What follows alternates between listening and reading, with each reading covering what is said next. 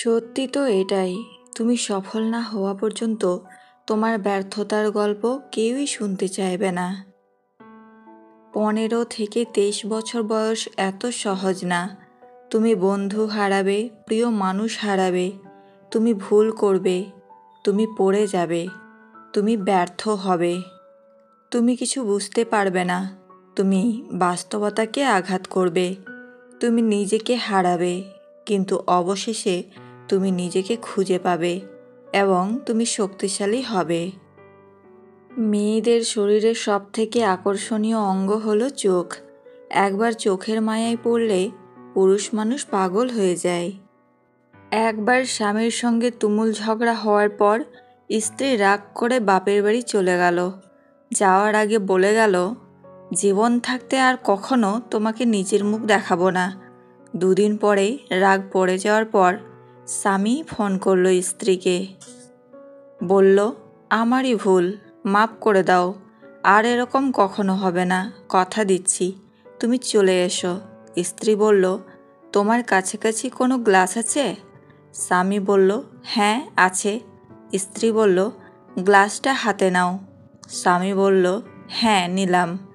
স্ত্রী বলল, গ্লাসটা জোরে মাটিতে আছড়ে মারো।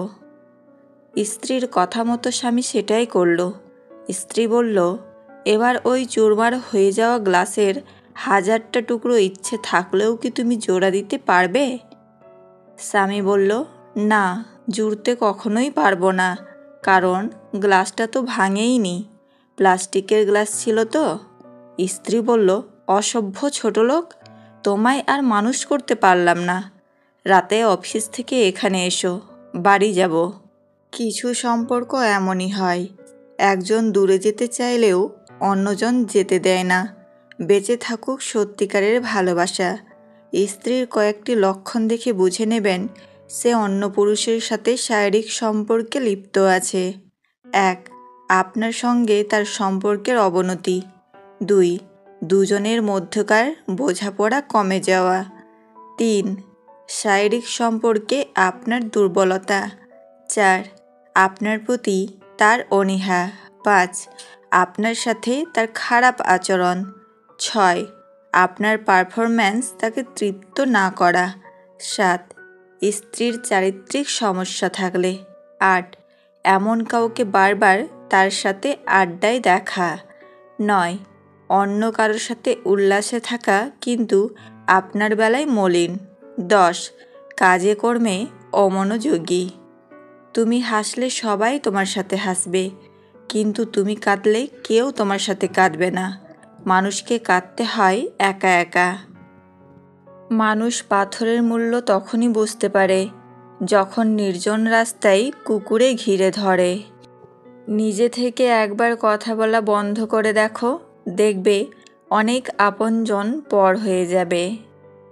পৃথিবীতে কোনো রাস্তা ছিল না, যখন সবাই চলা শুরু করলো তখনই রাস্তা তৈরি হয়েছিল।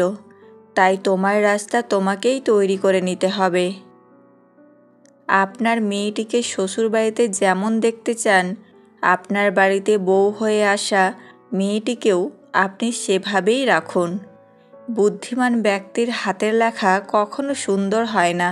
এর কারণ হচ্ছে, বুদ্ধিমান হয় সে তো দ্রুত চিন্তা করতে পারে, এর ফলে তার হাতের লেখা সুন্দর হয় না।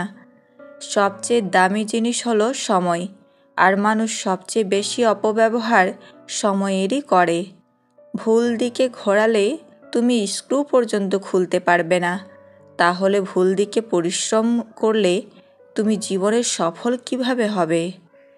পড়ুন যখন অন্যরা ঘুমিয়ে থাকে, সিদ্ধান্ত নিন যখন অন্যরা বিলম্ব করে, সংরক্ষণ করুন যখন অন্যরা অপচয় করছে, হাসুন যখন অন্যরা ব্যঙ্গ করছে, নিজেকে প্রস্তুত করুন যখন অন্যরা দিবাস্বপ্ন দেখে, তাহলে আপনার জীবন হবে অন্যদের দেখা স্বপ্নের মতো।